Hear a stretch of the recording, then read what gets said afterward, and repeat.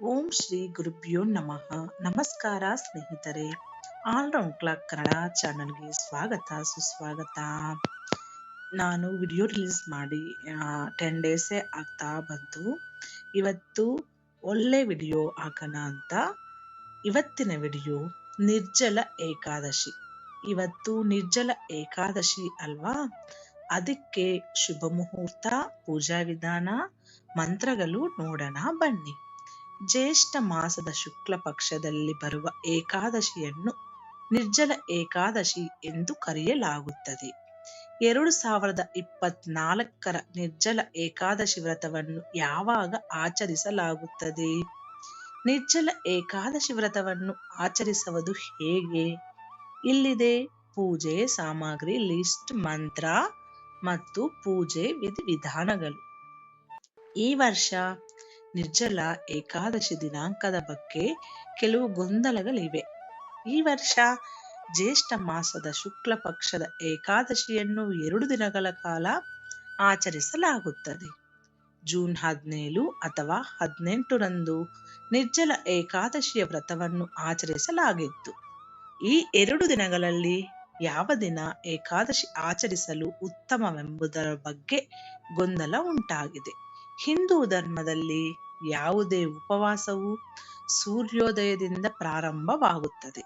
ಇಂತಹ ಪರಿಸ್ಥಿತಿಯಲ್ಲಿ ಈ ವರ್ಷ ನಿರ್ಜಲ ಏಕಾದಶಿಯ ವ್ರತವನ್ನು ಉದಯ ತಿಥಿಯ ಪ್ರಕಾರ ಆಚರಿಸಲಾಗುತ್ತದೆ.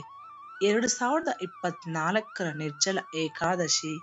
ಈ ಏಕಾದಶಿ ವ್ರತದ ಶುಭ ಮುಹೂರ್ತ, ಪೂಜೆ ವಿಧಾನಗಳ ಕುರಿತು ಇಲ್ಲಿ ತಿಳ್ಕೊಳ್ಳೋಣ ಬನ್ನಿ.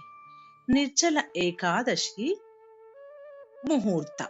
ದೃಕ್ ಪಂಚಾಂಗದ ಪ್ರಕಾರ ಜ್ಯೇಷ್ಠ ಮಾಸದ ಶುಕ್ಲ ಪಕ್ಷದ ಏಕಾದಶಿ ದಿನಾಂಕವು ಜೂನ್ 17ರಂದು ಮುಂಜಾನೆ 4 ಗಂಟೆಯಿಂದ ಪ್ರಾರಂಭವಾಗುತ್ತದೆ. ಇದು ಜೂನ್ 18ರಂದು ಬೆಳಿಗ್ಗೆ 6:23ಕ್ಕೆ ಕೊನೆಗೊಳ್ಳುತ್ತದೆ. ಇಂತಹ ಪರಿಸ್ಥಿತಿಯಲ್ಲಿ ಉದಯ ತಿಥಿಯ ಆಧಾರದ ಮೇಲೆ ಜೂನ್ 18ರಂದು ನಿರ್ಜಲ ಏಕಾದಶಿ ಉಪವಾಸವನ್ನು ಆಚರಿಸಲಾಗುತ್ತದೆ. ನಿರ್ಜಲ ಏಕಾದಶಿಯ ಪಾರಣ ಸಮಯವು ಜೂನ್ 19ರಂದು ಬೆಳಿಗ್ಗೆ 5:21ರಿಂದ 7:28ರವರೆಗೆ ಇರುತ್ತದೆ. ಈ ರೀತಿ ನಿರ್ಜಲ ಏಕಾದಶಿಯ ಮಹತ್ವವೇನು? ಹಿಂದೂ ಧರ್ಮದಲ್ಲಿ ನಿರ್ಜಲ ಏಕಾದಶಿಗೆ ವಿಶೇಷ ಮಹತ್ವವಿದೆ. ಇದನ್ನು ಕಠಿಣ ಏಕಾದಶಿ ಎಂದು ಕರೆಯಲಾಗುತ್ತದೆ. ಒಂದು ವರ್ಷದಲ್ಲಿ ಬರುವ 24 ಏಕಾದಶಿಯನ್ನು ಆಚರಿಸಲು ಸಾಧ್ಯವಾಗದವರು ನಿರ್ಜಲ ಏಕಾದಶಿ ದಿನದಂದು ಉಪವಾಸ ವ್ರತ ಮಾಡುವುದರಿಂದ ಈ ಎಲ್ಲ 24 ಏಕಾದಶಿ ವ್ರತವನ್ನು ಆಚರಿಸಿದ ಫಲವನ್ನು ಪಡೆದುಕೊಳ್ಳಬಹುದಾಗಿದೆ. ಹೀಗೆ ಮಾಡುವುದರಿಂದ ಇತರ ಏಕಾದಶಿಗಳ ಲಾಭವೂ ಸಿಗುತ್ತದೆ.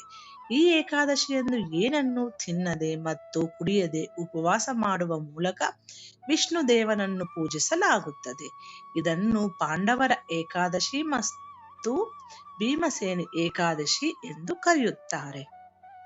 ನಿರ್ಜಲ ಏಕಾದಶಿಯಂದು ಯಾವ ಮಂತ್ರಗಳನ್ನು ಪಠಿಸಬೇಕು ಅಂದ್ರೆ, ಓಂ ನಮೋ ಭಗವತೆ ವಾಸುದೇವಾಯ, ಶ್ರೀಕೃಷ್ಣ ಗೋವಿಂದ ಹರೇ ಮುರಾರೇ, ಓಂ ನಾರಾಯಣ ವಿದ್ಮಹೇ ವಾಸುದೇವಾಯ ಧೀಮಹಿ ತನ್ನೋ ವಿಷ್ಣು ಪ್ರಚೋದಯಾತ್, ಓಂ ವಿಷ್ಣವೇ ನಮಃ, ಓಂ ಹೂಂ ವಿಷ್ಣವೇ ನಮಃ, ಓಂ ನಮೋ ನಾರಾಯಣಾಯ, ಶ್ರೀಮನ್ನಾರಾಯಣ ನಾರಾಯಣ ಹರಿ ಹರಿ, ಹರೇ ಕೃಷ್ಣ ಕೃಷ್ಣ ಕೃಷ್ಣ ಹರೇ ಹರೇ, ಹರೇ ರಾಮ ರಾಮ ರಾಮ ಹರೇ ಹರೇ. ಈ ಮಂತ್ರ ನಾನು ಡಿಸ್ಕ್ರಿಪ್ಷನ್ ಅಲ್ಲಿ ಕೊಡ್ತೀನಿ, ನೋಡ್ಕೊಂಡು ಓದ್ಕೋಬಹುದು. ಇನ್ನು ನೆಕ್ಸ್ಟ್ ಅಂದ್ರೆ ನಿರ್ಜಲ ಏಕಾದಶಿ ವ್ರತ ನಿಯಮ. ನಿರ್ಜಲ ಏಕಾದಶಿ ಎಂದು ಆಹಾರವನ್ನು ಹೊರತುಪಡಿಸಿ ನೀರು ಸೇವಿಸುವುದನ್ನು ನಿಷೇಧಿಸಲಾಗಿದೆ. ಈ ಏಕಾದಶಿ ದಿನದ ಸೂರ್ಯೋದಯದಿಂದ ಮರುದಿನ ಅಂದರೆ ದ್ವಾದಶಿಯ ಸೂರ್ಯೋದಯವರೆಗೆ ಆಹಾರ ಮತ್ತು ನೀರನ್ನು ಸೇವಿಸದೆ ಉಪವಾಸ ಮಾಡಬೇಕು. ಆದರೆ ಅನಾರೋಗ್ಯದ ಸಂದರ್ಭದಲ್ಲಿ ನೀರನ್ನು ಸೇವಿಸಬಹುದು. ಗರ್ಭಿಣಿಯರು ನಿರ್ಜಲ ಏಕಾದಶಿ ಉಪವಾಸವನ್ನು ಆಚರಿಸಬಾರದು. ಬದಲಾಗಿ ವಿಷ್ಣು ಮತ್ತು ತಾಯಿ ಲಕ್ಷ್ಮಿಯನ್ನು ಪೂಜಿಸಬಹುದು.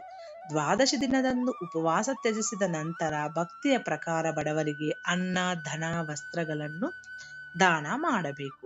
ಇದಲ್ಲದೆ ನಿರ್ಜಲ ಏಕಾದಶಿಯ ದಿನವಂದು ತುಳಸಿ ಗಿಡವನ್ನು ಮುಟ್ಟಬಾರದು. ಯಾಕಂದ್ರೆ ಈ ದಿನದಂದು ತಾಯಿ ಲಕ್ಷ್ಮಿ ಏಕಾದಶಿ ಉಪವಾಸವನ್ನು ಆಚರಿಸುತ್ತಾರೆ ಎಂಬುದು ನಂಬಿಕೆ ಇದೆ.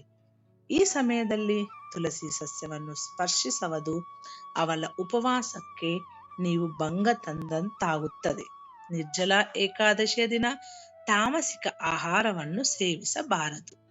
ಇನ್ನು ನಿರ್ಜಲ ಏಕಾದಶಿ ಪೂಜೆ ವಿಧಾನ ಅಂದ್ರೆ ಬೆಳಿಗ್ಗೆ ಬೇಗ ಎದ್ದು ಸ್ನಾನ ಮಾಡಿ ಇತ್ಯಾದಿಗಳನ್ನು ಮುಗಿಸಿ ಮನೆಯ ದೇವರ ಕೋಣೆಯಲ್ಲಿ ದೀಪವನ್ನು ಬೆಳಗಿಸಿ ಗಂಗಾಜಲದಿಂದ ವಿಷ್ಣುವಿಗೆ ಅಭಿಷೇಕ ಮಾಡಿ ವಿಷ್ಣುವಿಗೆ ಹೂಗಳು ಮತ್ತು ತುಳಸಿ ಎಲೆಗಳನ್ನು ಅರ್ಪಿಸಿ ಸಾಧ್ಯವಾದರೆ ಈ ದಿನ ಉಪವಾಸವನ್ನು ಇರಿಸಿ ದೇವರಿಗೆ ಆರತಿ ಮಾಡಿ ದೇವರಿಗೆ ಭೋಗವನ್ನು ಅರ್ಪಿಸಿ. ಭಗವಾನ್ ವಿಷ್ಣು ನೈವೇದ್ಯದಲ್ಲಿ ತುಳಸಿಯನ್ನು ಸೇರಿಸಲು ಮರೆಯದಿರಿ. ಈ ದಿನದಂದು ಭಗವಾನ್ ವಿಷ್ಣುವಿನ ಜೊತೆಗೆ ಲಕ್ಷ್ಮೀ ದೇವಿಯನ್ನು ಸಹ ಪೂಜಿಸಬಹುದು. ಈ ದಿನ ಸಾಧ್ಯವಾದಷ್ಟು ದೇವರ ಧ್ಯಾನ ಮಾಡಿ. ಇದು ಸ್ನೇಹಿತರೆ ನಿರ್ಜಲ ಏಕಾದಶಿಯ ಉಪವಾಸ ವ್ರತ ಪೂಜೆ ವಿಧಾನ. ಇನ್ನು ಮುಂದೆ ನಿರ್ಜಲ ಏಕಾದಶಿಗೆ ಪೂಜೆ ಸಾಮಗ್ರಿಗಳು ಏನು ಅಂತ ನೋಡೋಣ ಬನ್ನಿ. ವಿಷ್ಣುವಿನ ಚಿತ್ರ ಅಥವಾ ಪ್ರತಿಮೆ, ಹೂವು, ತೆಂಗಿನಕಾಯಿ, ವೀಳ್ಯದೆಲೆ, ಹಣ್ಣು, ಲವಂಗಗಳು, ಸೂರ್ಯನ ಬೆಳಕು, ದೀಪ, ತುಪ್ಪ, ಪಂಚಾಮೃತ, ತುಳಸಿ, ಶ್ರೀಗಂಧದ ಪೇಸ್ಟ್, ಸಿಹಿ ತಿಂಡಿ ಇತ್ಯಾದಿ ವಸ್ತುಗಳ ಅವಶ್ಯಕತೆ ಇದೆ. ಈ ನಿರ್ಜಲ ಏಕಾದಶಿ ನೀವು ಕೂಡ ಆಚರಿಸುತ್ತಾ ಇದ್ದೀರಾ? ಇದ್ರೆ ಕಮೆಂಟ್ ಮೂಲಕ ತಿಳಿಸಿ. ಮುಂದಿನ ವಿಡಿಯೋದಲ್ಲಿ ಸಿಗೋಣ.